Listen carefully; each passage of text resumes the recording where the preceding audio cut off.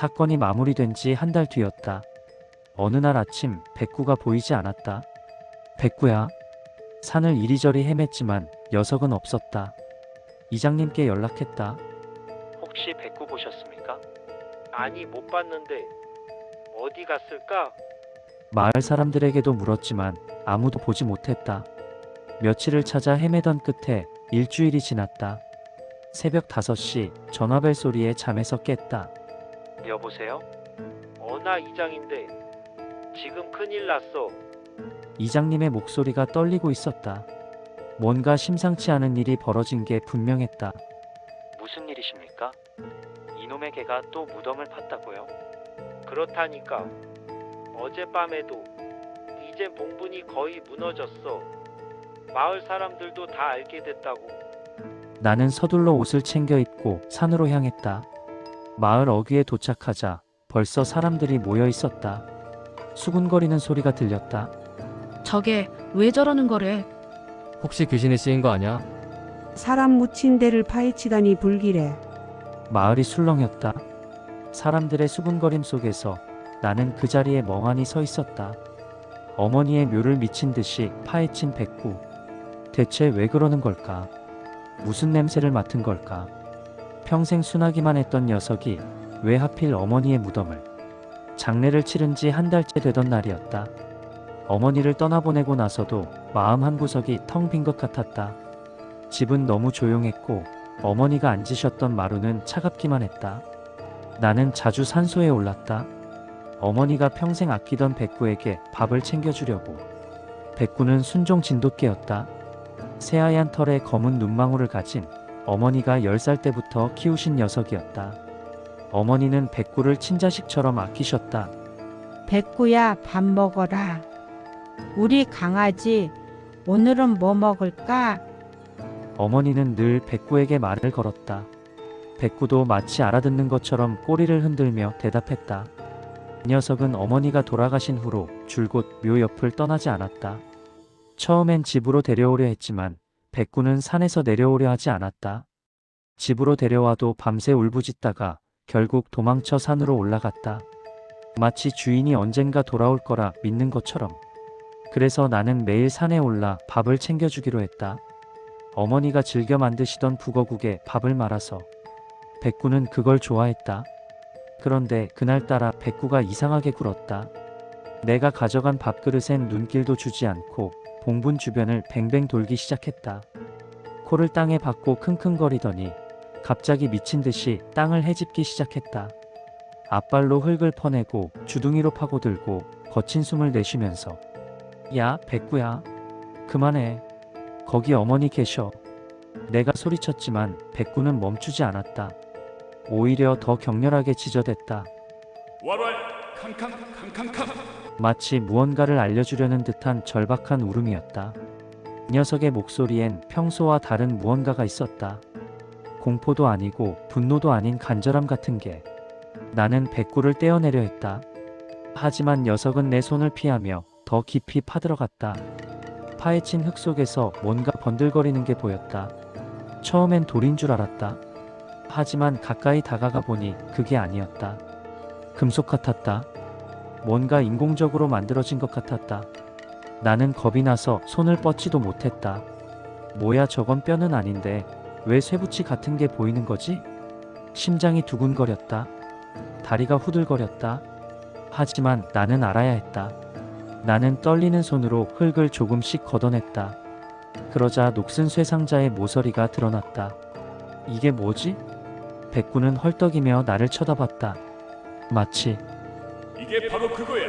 라고 말하는 것처럼. 그날 밤 나는 잠을 이룰 수 없었다. 머릿속이 복잡했다. 어머니 묘 안에 왜 쇠상자가 묻혀 있는 걸까? 장례를 치를 때 분명 그런 건 없었다. 관 외에는 아무것도 넣지 않았다. 그럼 누가? 언제? 왜? 새벽까지 뒤척이다가 나는 결심했다. 제대로 확인해야겠다. 혼자서는 안 되겠다. 다음 날 아침 나는 마을 이장님께 연락을 드렸다. 이장님, 저 상의 드릴 게 있습니다. 무슨 일인가? 어머니 묘가 훼손됐습니다. 그런데 이상한 게 나왔습니다. 이상한 게 새로 만든 상자 같은 게요. 제가 묻은 게 아닙니다. 이장님은 잠시 침묵하시더니 말씀하셨다. 묘가 훼손됐으면 경찰에 알려야지. 혹시라도 도굴이나 묘지 훼손 사건일 수 있으니까. 그럼 경찰을 불러야 하나요? 당연하지. 이건 개인이 해결할 문제가 아니야. 이장님의 말에 곧 순경 2명이 찾아왔다.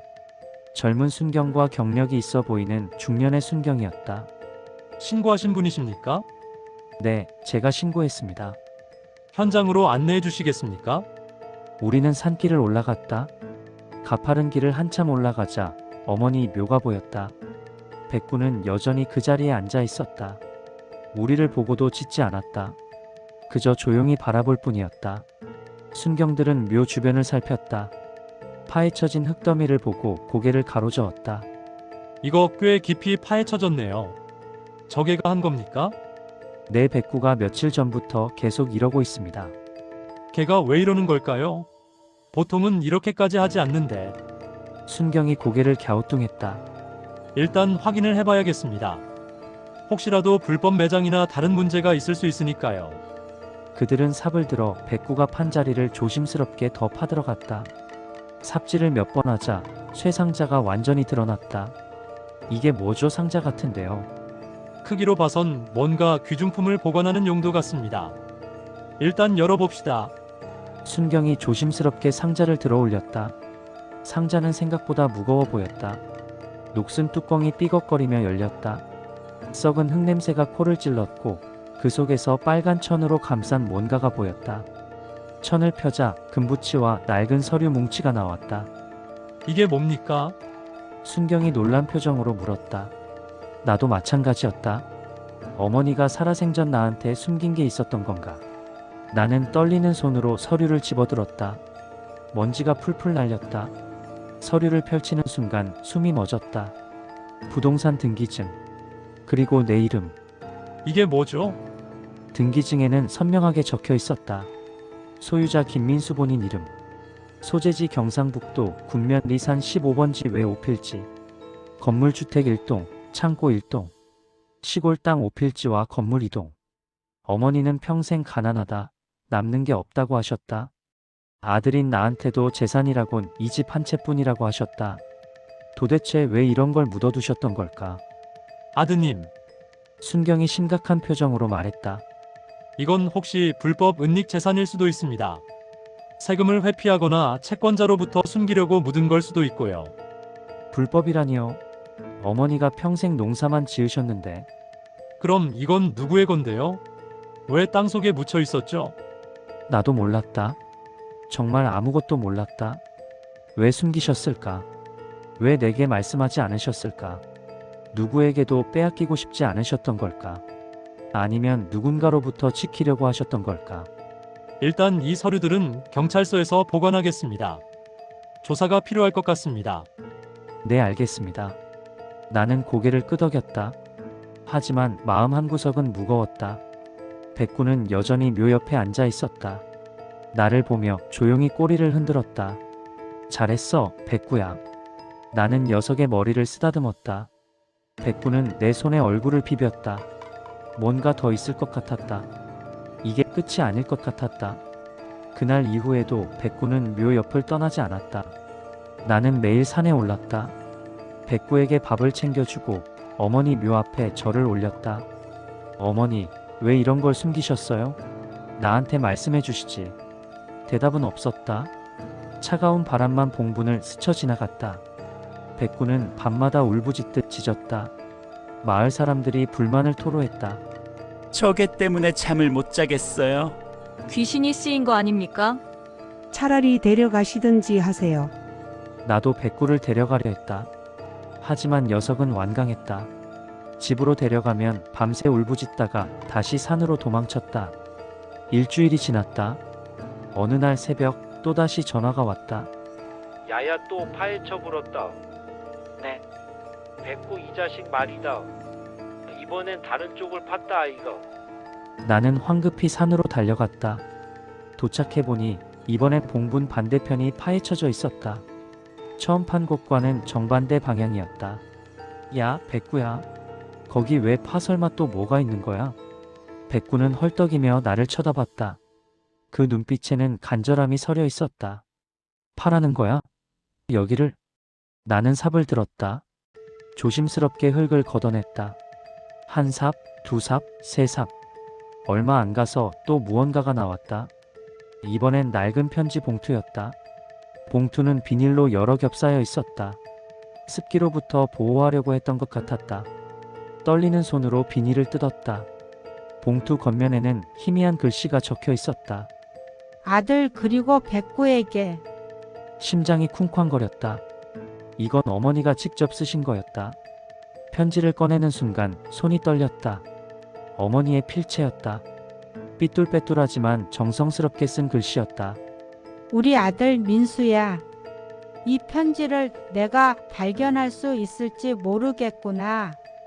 어쩌면 영영 발견하지 못할지도 모르고 어쩌면 내가 죽고 한참 지나서야 발견할지도 모르지. 하지만 만약 이 편지를 읽고 있다면 잘 읽어라. 먼저 백구에게 고맙다고 전해다오. 우리 강아지가 내게 이 편지를 찾아주었다면 그건 하늘이 도운 일이다. 민수야, 내가 묻어둔 그 재산은 내 아버지의 것이 아니야. 너를 버리고 떠났던 그 사람의 손에 절대 넘어가선 안 된다. 내가 5살 때 그 사람은 우릴 버리고 떠났다. 다른 여자가 생겼다고 했지. 돈이 생기면 돌아오겠다고, 널 잘 키우겠다고 약속했지. 하지만 그건 거짓말이었어. 그 사람은 한 번도 돌아오지 않았다. 한 번도 돈을 보내지 않았다. 전화 한 통, 편지 한 장 없었지. 나는 혼자 너를 키웠다. 새벽부터 밤까지 일했다. 논일 밭일 품팔이 무슨 일이든 했다.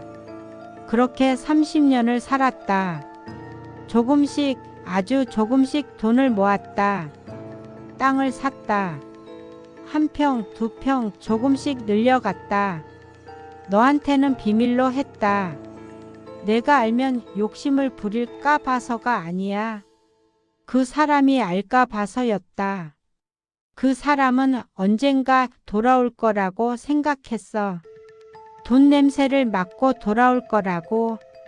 그래서 숨겼다. 땅 문서도 돈도 전부 다. 민수야, 이 재산은 내 거다. 내가 평생 모은 거고 너를 위해 준비한 거야. 절대 그 사람한테 빼앗기지 마라. 그리고 끝으로 내가 아끼던 우리 강아지 백구를 잘 부탁한다. 백구는 내가 이 편지를 묻는 걸 지켜봤어. 영리한 녀석이라 기억하고 있을 거야. 백구를 믿어라. 그 녀석은 너보다 나를 더 잘 이해하는 것 같구나. 사랑한다, 아들아. 마이너스 엄마가. 편지를 읽는 동안 눈물이 멈추지 않았다. 어머니는 평생 혼자 싸우셨던 거구나. 아버지 아니 그 인간이 평생 어머니를 속이고 우리 집을 빼앗으려 한 거였구나. 어머니 백구가 대신 알려준 거였군요. 나는 백구를 껴안았다. 백구는 내 품에서 조용히 숨을 쉬었다.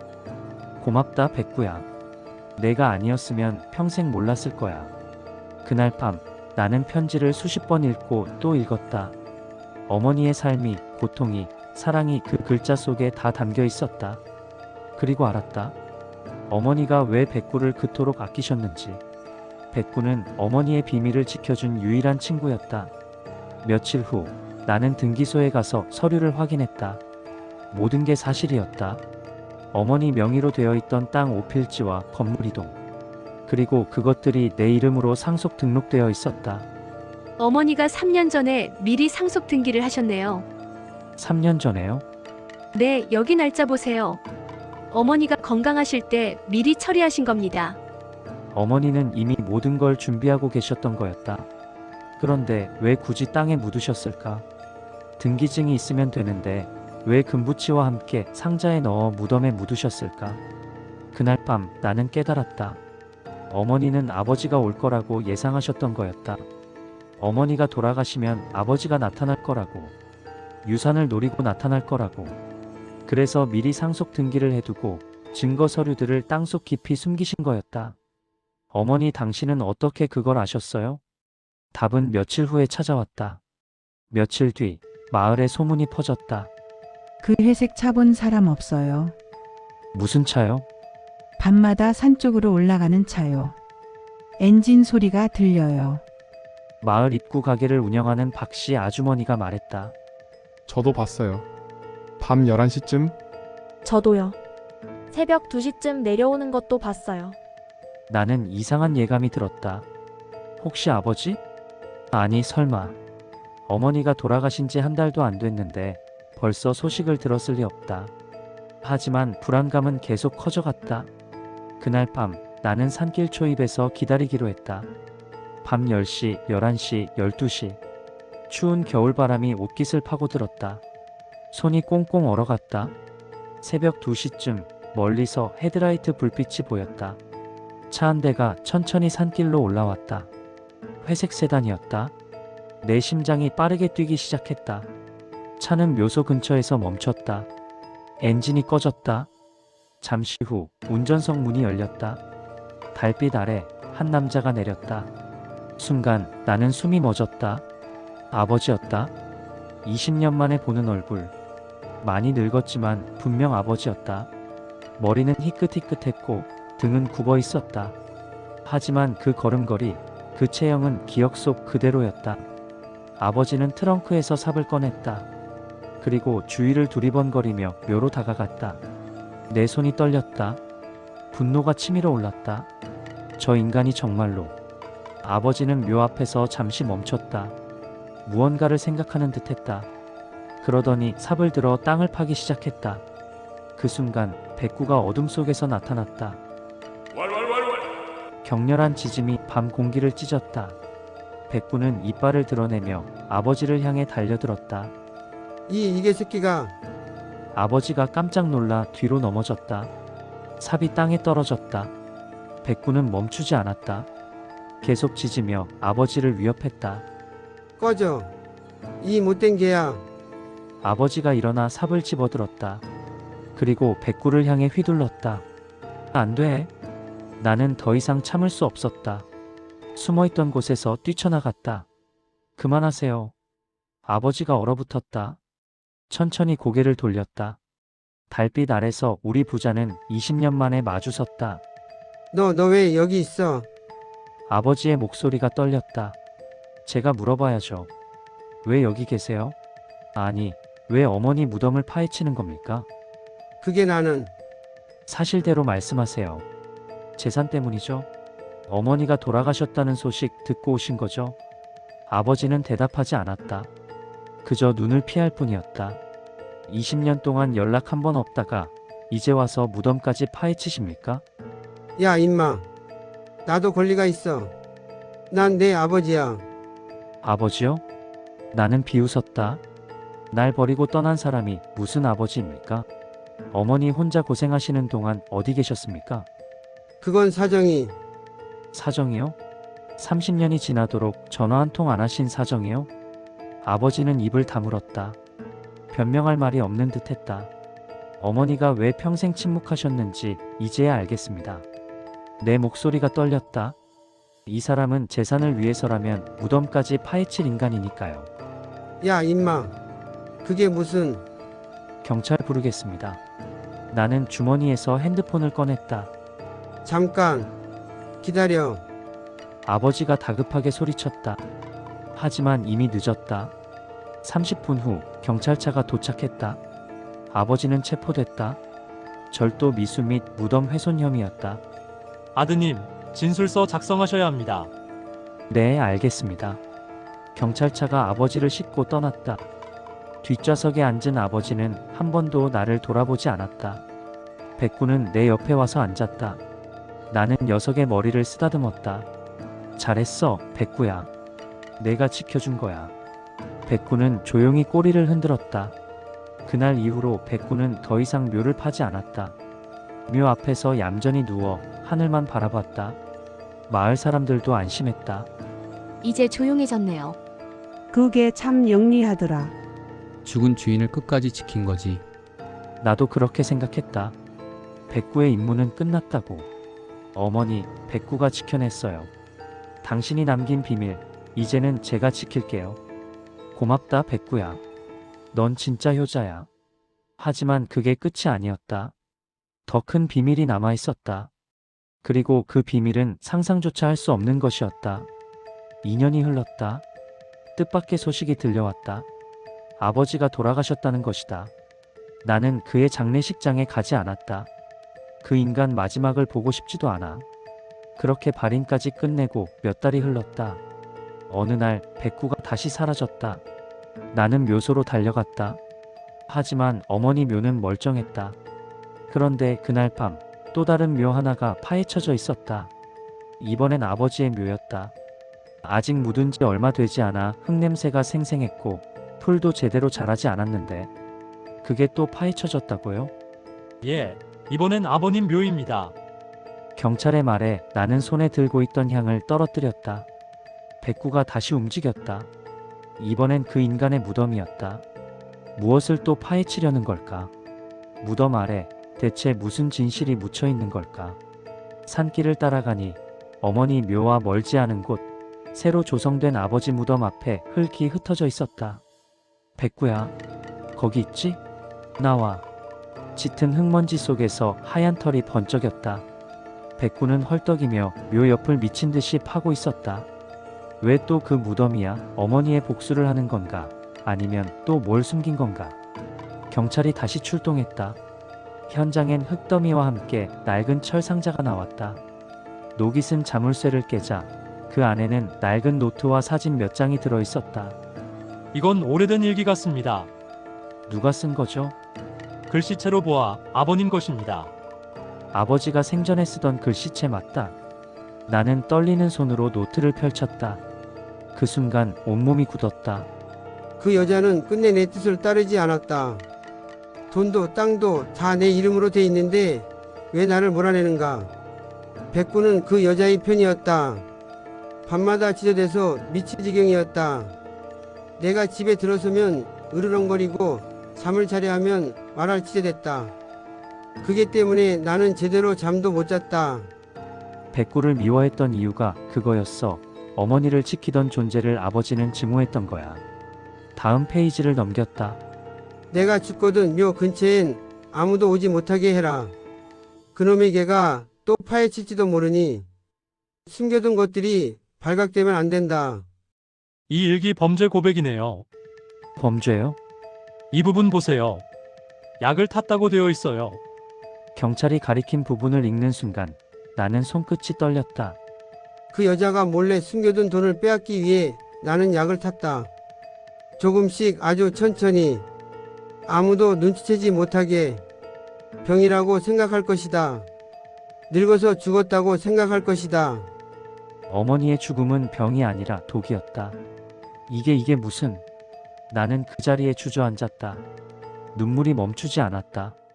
그날 밤 백구가 또 울었다. 이번엔 묘를 향해가 아니라 마을 어귀 쪽으로 짖었다. 달빛 아래 백구의 눈빛이 유난히 또렷했다. 무언가를 알려주려는 듯 내 쪽을 보고 천천히 걸었다.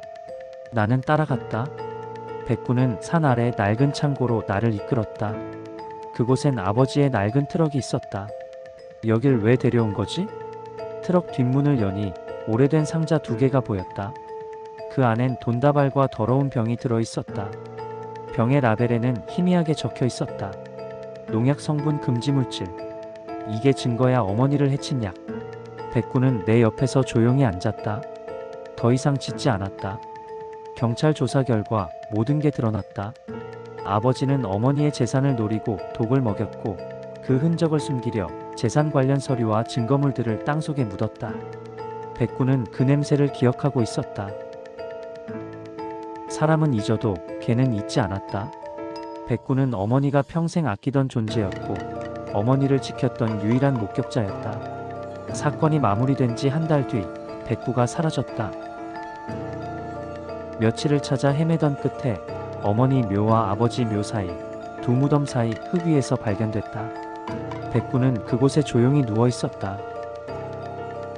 두 묘를 사이에 두고 눈을 감은 채 어머니 곁에 있으면서도 아버지를 용서한 걸까? 아니면 단지 그 모든 걸 끝내고 싶었던 걸까? 나는 백구를 안아 올렸다. 아직 따뜻했다. 잘 가, 백구야. 이제 내가 지켜야 할 건 없어. 나는 백구를 어머니 묘 옆에 묻어주었다. 작은 비석을 세우고 이렇게 새겼다. 충견 백구, 끝까지 주인을 지킨 게. 어머니, 이제 편히 쉬세요. 백구도 곁에 있어요. 당신이 남긴 비밀도, 백구가 지켜낸 진실도 이제는 모두 밝혀졌습니다. 그리고 저는 이제야 알았습니다. 가장 충성스러운 존재는 사람이 아니라 끝까지 곁을 지킨 개였다는 것을. 오늘의 사연 끝까지 함께 해주셔서 감사합니다. 마음 한켠이 따뜻해졌다면 좋아요와 구독 눌러주세요. 히읗.